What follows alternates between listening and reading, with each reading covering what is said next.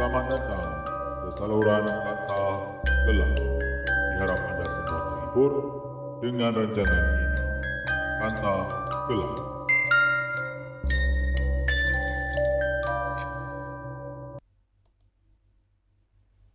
Hai. Hai semua. Okey. Bersua lagi bersama dengan saya Angie. Salut dalam rancangan Kanta Kelam. Alright. Diharap anda semua dalam keadaan yang sihat hari ini ya. Okey. Selamat Hari Raya Aidiladha pada semua yang beragama Islam, dan semoga tahun ini merupakan tahun yang terakhirlah untuk kita beraya dalam suasana yang penuh kekurangan ini. Okey? Alright. Sedikit pesanan sebelum saya mulakan dengan kisah kita pada hari ini. Okey? Diharap kita semua patuhilah SOP yang ada. Sama-samalah kita bekerjasama untuk menurunkan lagi jumlah jangkitan yang ada setiap hari. Okey? Okeylah. Hari ini merupakan hari Selasa, dan seperti anda tahu, hari Selasa adalah hari perkongsian untuk kisah atau kes-kes jenayah yang ada di seputaran kita dan juga di dunia, yang saya telah cari di laman-laman web, kemudian saya rangkum dan ceritakan kembali kepada anda supaya anda tahu apakah yang ada terjadi. Mungkin anda terlepas kan. Jadi saya akan kongsikanlah apa yang saya tahu di sini. Jadi tanpa membuang masa, kita terus ke perkongsian untuk hari ini, iaitu sabar tunggu dulu. Okey?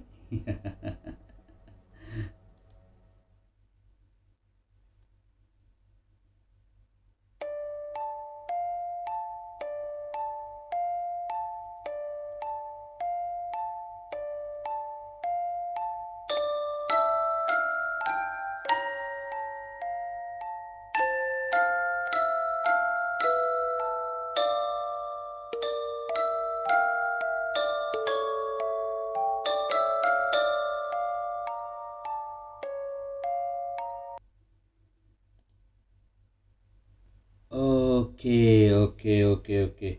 Seperti yang anda dah tengok di skrin sekarang, siapakah itu Takahiro Shirashi? Kalau dia tak buat hal, memang dia tak masuk kat sini kan? Okeylah. Jadi tanpa buang masa, biar saya terus ya. Teruskan ke dalam ni. Okey, sekali lagi saya bawa anda semua ke negara matahari terbit, iaitu Jepun. Okey? Negara yang seperti yang kita tahulah, memang negara yang kaya dengan budaya dan juga menjadi peneraju utama dalam bidang teknologi. Namun semaju mana pun teknologi yang wujud di negara ini, ia tidak lari daripada penyalahgunaan terhadap teknologi yang canggih-canggih itu oleh manusia yang perangai lebih teruk dari setan. Alright. Saya harap suara saya lebih clear sebab saya pakai mic yang satu ni. Sekejap saya nak alihkan ke depan sikit biar dia tangkap lebih sikit suara. Sekejap. Alright. Okey. Sambung lagi. Okey, kemajuan sistem teknologi ini jugalah yang telah dijadikan oleh Takahiro Shirashi sebagai tempat pemburuannya mencari mangsa untuk memuaskan nafsu jahatnya dan melakukan pelbagai dan melakukan pengakhiran yang amat tragis pada mangsa-mangsanya. Alright. seperti yang korang tengok kan dekat ni skrin sekarang, ini adalah wajah dia lah. Wajah Takahiro Shirashi. Okey, ini wajah dia. Yang sebelah tu masa dia dah kena tangkap. Biasa saya beri hit sikit lah, yang dah kena tangkap. Sebelah tu masa dia masih belajar. Yang dia tutup muka tu, biasalah kalau dah kena tutup muka tu memang kena tangkap lah tu. Alright. Okay. Kita sentuh sedikit dah tentang sejarah si biodata lah, ataupun latar belakang si Shirashi ni. Okay. Dia dilahirkan di Zama, Jepun, iaitu bandar Kanagawa pada 9 Oktober 1990. Pada masa itu umur dia sekarang kira 30 lah. Dia dikenali sebagai seorang dia dikenali sebagai seorang yang pendiam di saat masih kecil. Namun dia pernah sekali bergurau dengan sahabat baiknya apabila mereka berdua ni saling mencekik leher masing-masing sehingga mereka hampir kehilangan nyawa. Kan pelik tu, dalam banyak-banyak gurau cekik-cekik pula yang diorang buat kan. Pelik lah aku dengan diorang ni. Okeylah.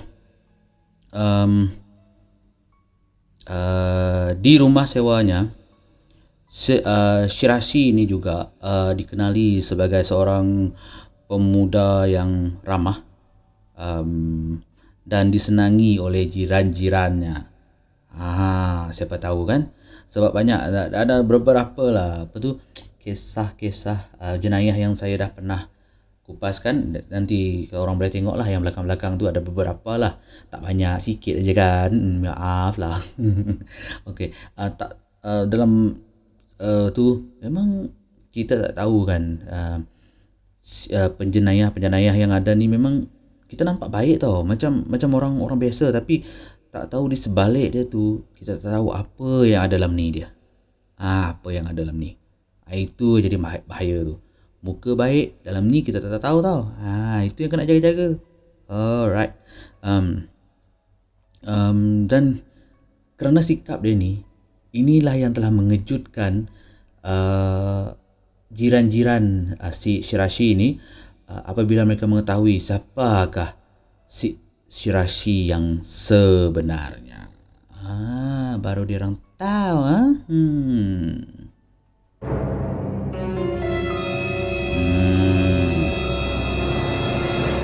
Okey, kita balik dari permulaan si Shirashi ni selepas dia lahir semua itulah. Okey. Ini adalah permulaan dia. Selepas si Shirashi ni tamat sekolah tinggi, dekat sana dia orang panggil sekolah tinggi lah. Okey. Dia ni jadi penganggur sebab perlukan duit. Dia pun ikut terlibat dalam aktiviti pelacuran, iaitu mencari mangsa-mangsa untuk dijadikan pelacur-pelacur baru. Dia ni jadi macam stalker lah. Mencari macam scouting orang-orang baru yang ingin diambil untuk jadi pelacur-pelacur baru dalam beberapa buah kumpulan pelacuran yang hebat dan yang ternama di Jepun. Namun begitu, bak kata pepatah kan, sepandai-pandai tupai melompat akhirnya jatuh ke tanah juga. Inilah dia. Pada Jun 2017 dia telah ditahan. Namun begitu, setelah dipenjarakan selama sebulan, si Shirashi ini telah dibebaskan, tetapi dengan bersyarat, iaitu diletakkan dalam probation period. Kerana dia memang akan dimasukkan dalam penjara lagi, tapi dalam tempoh siasatan itu dia ini boleh dibenarkan untuk keluar. Okey, dibenarkan untuk keluar sehinggalah ada bukti-bukti yang lain yang boleh mengaitkan si Shirashi ni dengan jenayah-jenayah lain selain daripada jenayah dia yang jadi recruiting scouting untuk pelacur baru ni tadi. Selain daripada tu. Jadi jadi dilepaskan lah. Tapi dengan bersyarat. Itulah dia probation period tu. Itulah dia. Bukan orang keluarkan dia, suruh dia macam makin menjadi-jadi kan. Bukan. Sepatutnya dia macam jagalah dia punya perangai kan. Tapi memandangkan ini dah terbalik pula. Nanti korang tahu kenapa saya cakap dia jadi terbalik.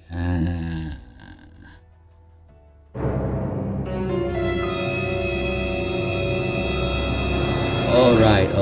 Sebaik saja dia keluar daripada penjara selepas dipenjarakan selama sebulan itu, dia jumpa dengan bapak dia. Sampai dekat rumah dia jumpa bapak dia, terus dia cakap dengan bapak dia, dia sudah tak ada masa depan lagi sebab dia dah masuk penjara kan. Okey, dia tak ada masa depan lagi dan dia macam nak akhirilah kehidupan dia dengan bapak dia. Tapi ketika itu juga dia dapat satu idea yang paling merepek dan mengarut yang pernah didengar kan. Okey. Dia mulakan menggelarkan dirinya sebagai hanging pro. Hanging pro iaitu pakar dalam menguruskan sesiapa yang mahu bunuh diri. Dan dia sedia membantu sesiapa saja yang ingin membunuh diri. Adik.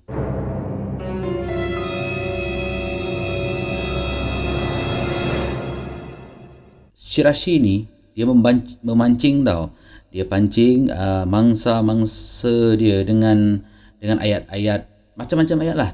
Di antara ayat yang saya dapat ambil dekat sini adalah ini Shirashi cakap tau, mengikut sumber daripada News Japan. Okey, News Jepun, iaitu saya mahu membantu sesiapa saja yang sedang dalam kesakitan. DM, iaitu mesej lah. Saya bila-bila masa saja. Boy, adik. Itu dia tulis kat profil dia tau. Jangan main-main. Okey. Serta pelbagai lagi kata-kata pujukan beliau yang menyatakan yang dia mahu membantu sesiapa saja yang ingin membunuh diri. Wah. Okey.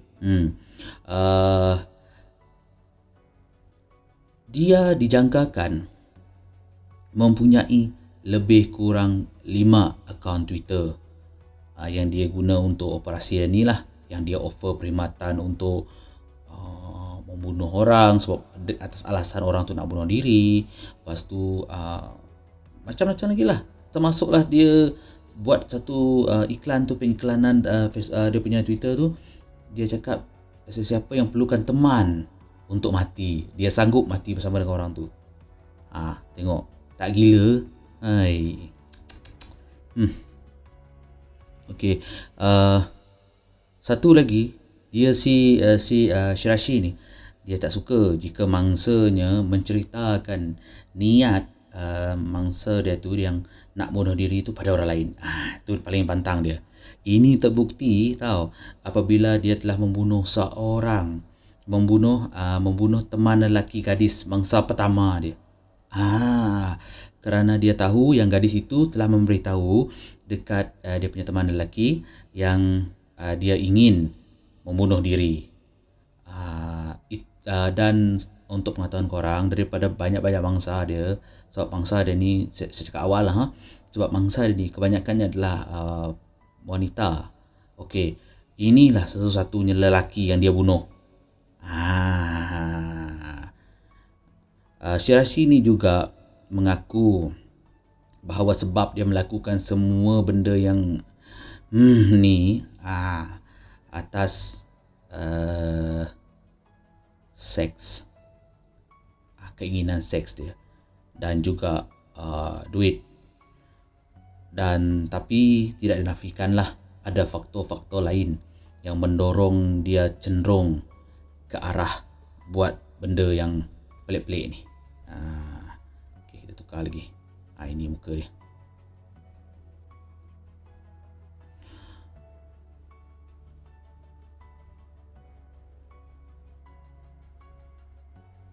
Okay.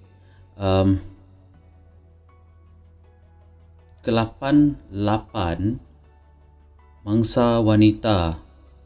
Ini apa yang saya kata tadi tu terbukti apabila ke-8 menurut laporan dan uji hasil autopsi, mangsa-mangsa ini tadi, ke-8 dia tu semua wanita.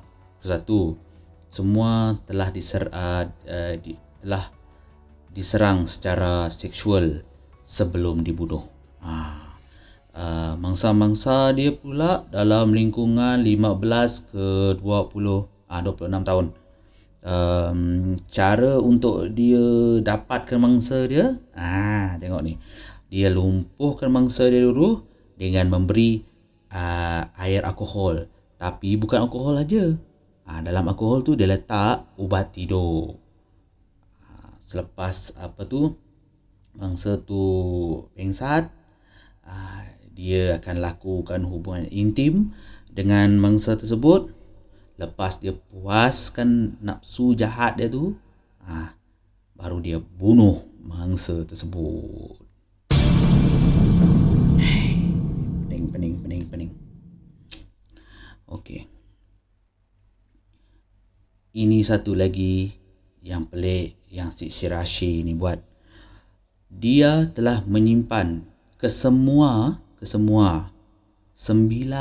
kepala mangsanya di dalam rumah sewa yang terletak di Zama Kanagawa, Tokyo, Jepun.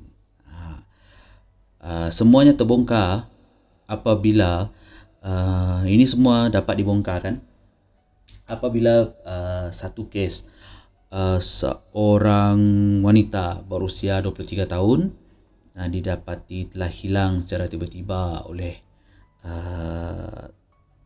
teman-temannya lah. Lalu atas kerjasama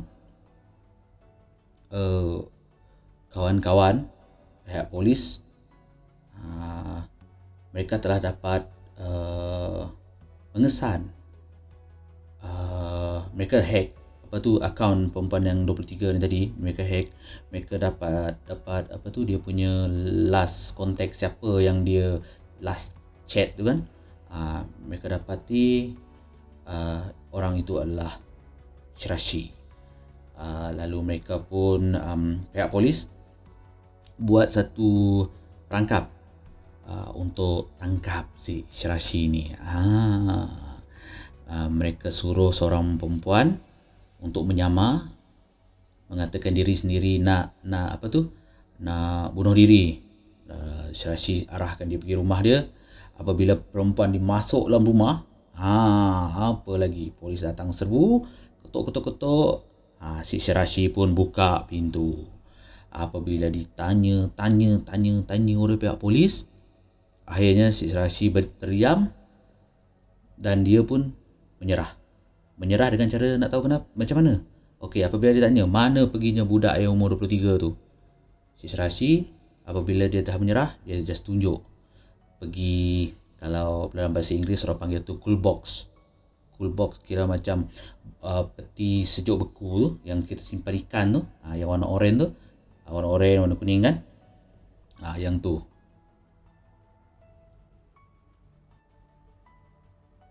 Ini sorry saya potong sekejap. Inilah wajah mangsa Shirashi. Tengok. Shirashi. Teruk betul lah kau ni Shirashi. Apa? Dia tunjuk tu kotak tu. Dalam kotak tu, betapa terkejutnya pihak polis masa tu apabila buka kotak tu. Dalam tu tulang dan kepala 9 mangsa dia. Tak gila, boleh simpan lagi. Gila satu, dia punya bau tu macam mana? Korang bayanglah kalian sendiri ya. Okey. Semua mangsa telah dibunuh. Untuk pengetahuan orang, semua mangsa ini memang telah dibunuh dalam pertemuan pertama mereka, walaupun tak ada bukti yang mangsa berniat untuk membunuh diri, namun tetap juga sebaik saja mereka berjumpa dengan Shirashi terus check mereka. Shirashi. Semua mangsa dia dah kerat.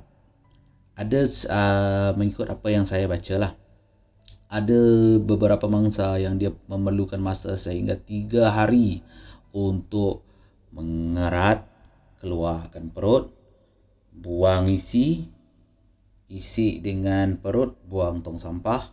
Kemudian tulang ni, ini yang dia simpan dalam peti. Kepala dengan tulang tu dia simpan dalam peti. Tak kegila. Dia cakap macam ni, kalau dia buang tu, sebab kan isi dengan bahan dalam perut tu, isi dengan organ dalaman senang dilupuskan, dia boleh hancur kan, tapi tulang memakan masa. Sebab itulah dia tidak buang dengan tulang, supaya tidak diketahui ataupun tidak dijumpai oleh pihak polis. Tengok, bijak kan? Tapi tak cukup bijak.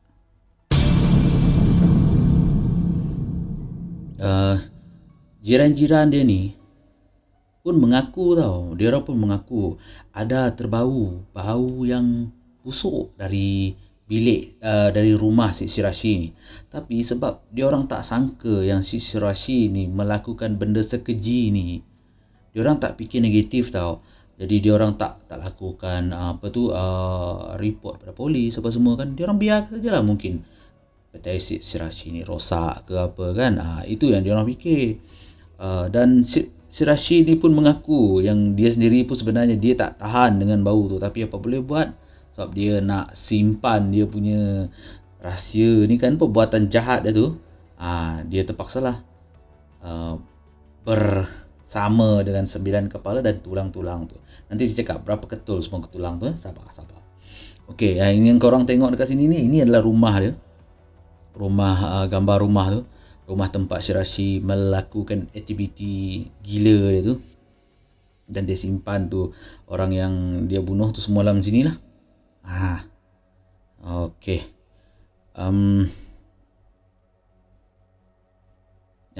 Sini. Hingga kini, polis telah berjaya menjumpai 240 tulang, termasuk kepala dan sedikit organ dalaman di dalam rumah Shirashi yang dipercayai milik 9 mangsanya.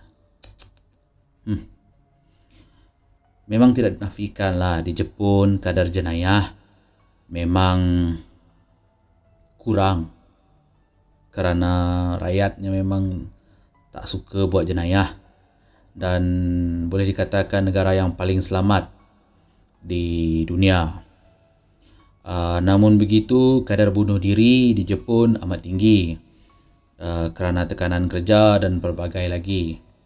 Inilah yang telah menyokong dan menjadi bahan pembakar dalam tugas-tugas si Shirashi ini. Sebab seperti yang korang tahulah, macam yang terdahulu kan, saya pernah buat video pasal Aokigahara.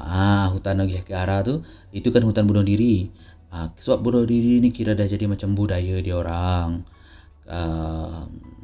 Daripada sakit, lebih baik ini memang dah jadi budaya dah. Jadi kita kena hormatlah dengan budaya orang lain kan. Okey. Akhirnya Shirashi telah dijatuhkan hukuman gantung sampai mati pada 15 Disember 2020. Baru belum sampai setahun lagi atas kesalahannya. Meskipun proses pembicaraan Syirasi ini dikatakan amat singkat kerana dia mengaku semua ini yang 99 tu dia yang bunuh.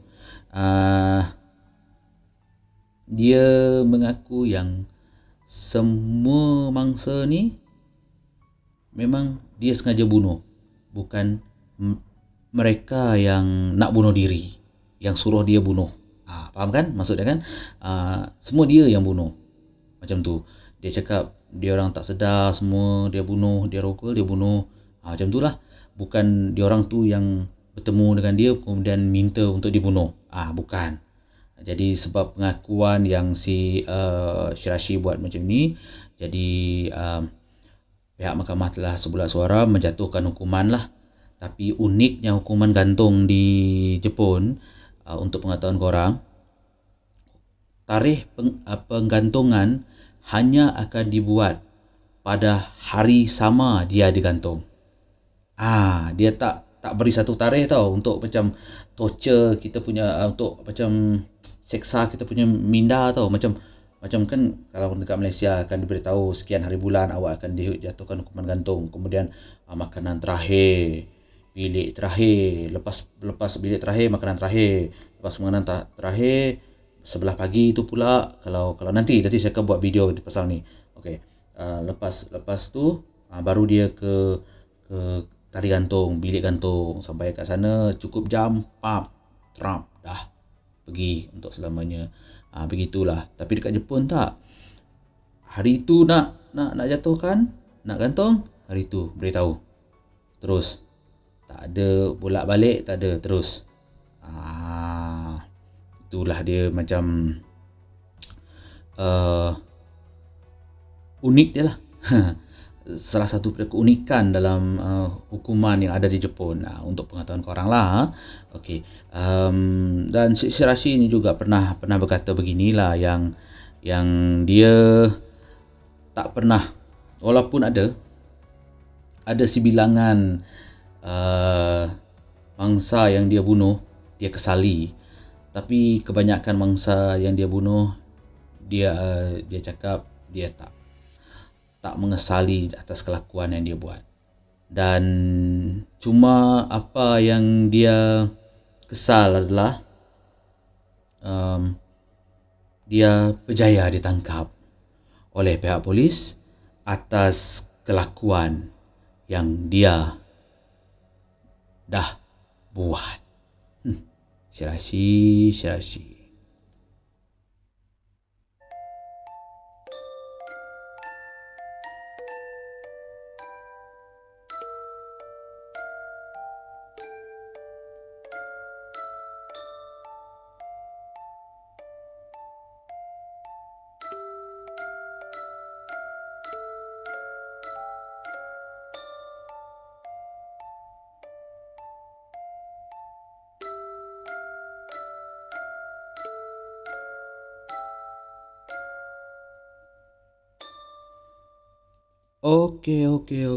Okey. Bagaimana semua? Bagaimana? Kejam kan? Sungguh kejam. Gila si Syirasi ni. Saya tak dapat bayangkanlah apa yang si Syirasi ni fikir masa dia buat tu kan. Apa yang dia fikir? Kenapa dia sanggup berbuat semua ni kan? Susah. Yang jahat tu biarlah jahat je. Kita yang ni taklah cakap baik, tapi kita ni berjaga-jagalah ya. Saling berwaspada di media sosial lah. Di sebalik wajah yang tampan, baik, kita tak tahu niat dia bagaimana tau. Jadi kenalilah hati budi sedalam-dalamnya sebelum lanjutkan perhubungan ke peringkat yang lebih serius. Okey? Salute. Alright. Akhir sekali, ini ada sedikit lah. Saya harap perkongsian pada hari ini mampu menghibur, menjadi peneman anda semua ya. Alright. Akhir kata, maaf jika ada tersilap kata, tersilap cara sepanjang saya melakukan perkongsian ini.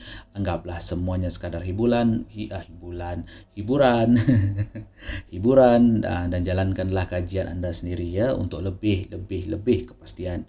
Okey. Akhir kata, tetap patuhi SOP. Kita masih jauh untuk menang. Sasaran kita 4K masih sangat-sangat jauh. Stay safe semua ya. Okay. Stay safe. Salam Kanta Kelam dari saya, Angie. Salut. Bye bye.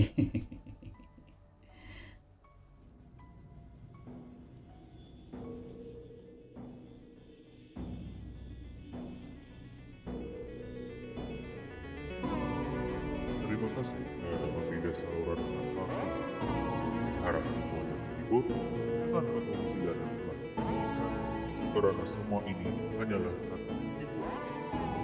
Sampai jumpa lagi.